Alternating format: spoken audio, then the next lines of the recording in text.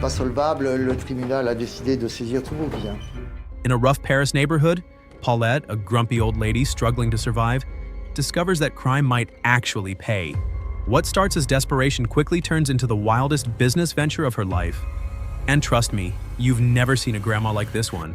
One day, older woman Paulette went out to steal a small loss, but a package of chocolates suddenly flew into her hands. However, she did not call the police, but quietly went to the drug dealer's den and returned the chocolate.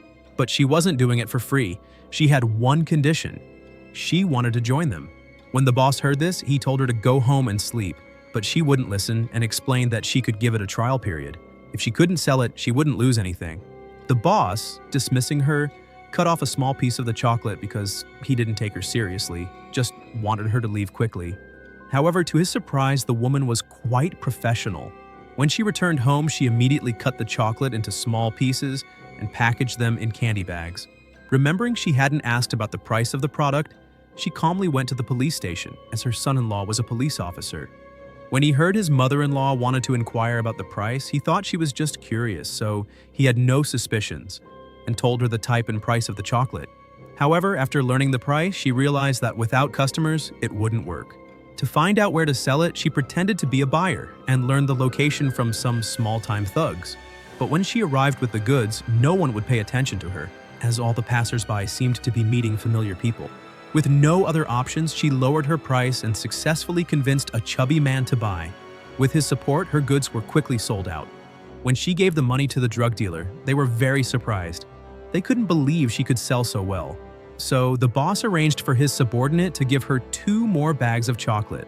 After receiving the money, the woman was overjoyed, but she didn't realize that engaging in such activities could attract attention.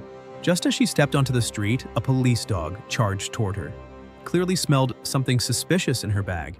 Seeing the relentless police dog, she quickly used a martial arts move to try to escape. But in the next second, the dog knocked her to the ground and her chocolate was about to be discovered. In a critical moment, her son-in-law, the police officer, arrived just in time, allowing her to narrowly escape. However, when he helped her with her bag, he noticed it was heavy and asked what she had bought. Il pèse 100 poids, votre sac. Qu'est-ce que vous transportez là-dedans, Paulette? De la drogue.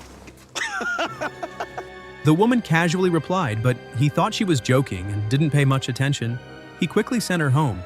But as soon as she got home, she closed the door and started processing the chocolate, then went out to sell it on the street.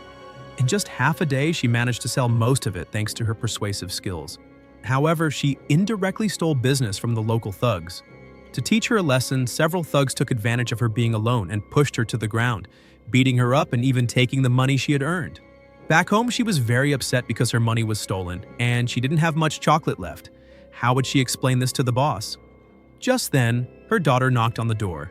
To avoid suspicion, the woman quickly put on a pair of glasses. Her daughter had come back to take care of her grandson, but since the woman wasn't paying attention, the grandson had mischievously added flour to the chocolate. Surprisingly, this act sparked an idea in the woman's mind. Without hesitation, she turned the remaining chocolate into small cakes. After her friends tasted them, they all praised how delicious the cakes were and asked her about the ingredients. Her friends were so excited that they even said they would take her to a bar to dance. Inspired by this cake episode, the woman began making cakes overnight. The next day, when she went out again, customers praised her cakes for being delicious without making them too thirsty. She sold out all the cakes in the morning, and with the money in hand, she immediately threatened the boss to give her a larger commission. Faced with this sales champion, the boss had no choice but to comply. The boss even arranged for bodyguards to help her carry the bags, and soon all the local thugs had lost their business. The clever older woman then turned the thugs into her customers. From then on, she no longer needed to sell on the streets. Customers would come directly to her door and she was making a lot of money. However, with so many people coming in and out of her house every day, the police quickly started watching her. At 70, the woman stayed at home every day making cakes, and in just 1 month, she earned $1 billion. Customers kept coming every day, and the cakes were only available through pre-order. This was no ordinary cake. Inside, it was mixed with addictive chocolate. But as the visitors to her home increased, the police quickly took notice.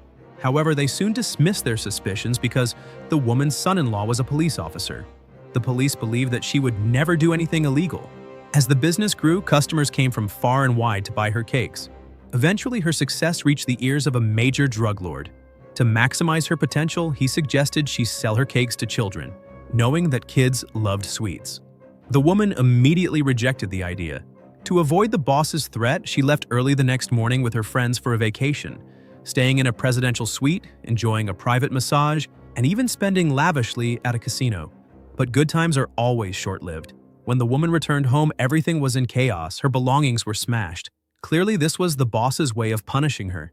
Just as the woman was at a loss, one of the thugs appeared and threatened her, saying she had to work for the boss or her grandson would be killed.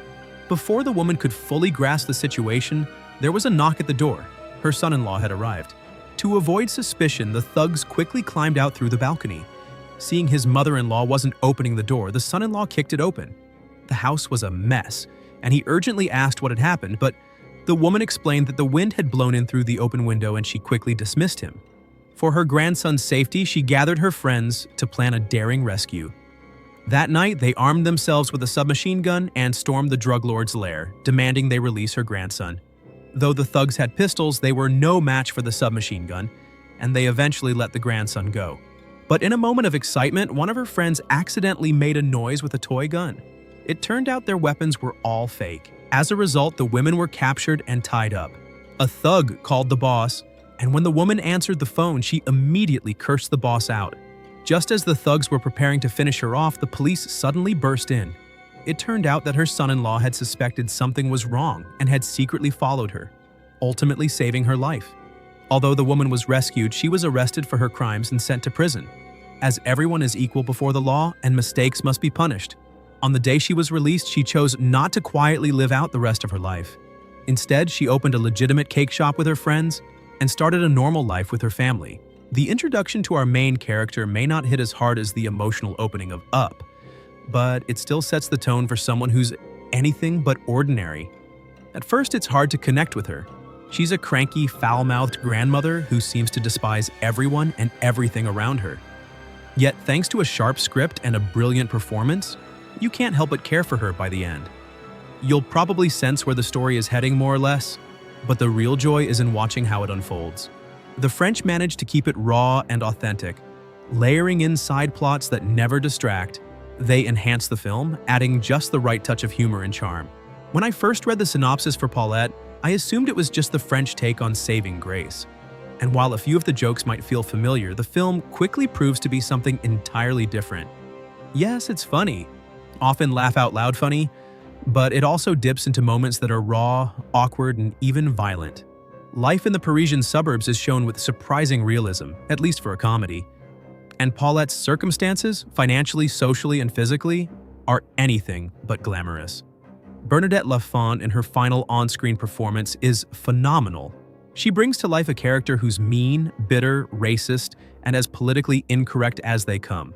This cranky retiree is nearly broke, scraping by until she stumbles into the local drug trade. Seizing the chance with cunning, nerve, and a bit of luck, she climbs almost to the top.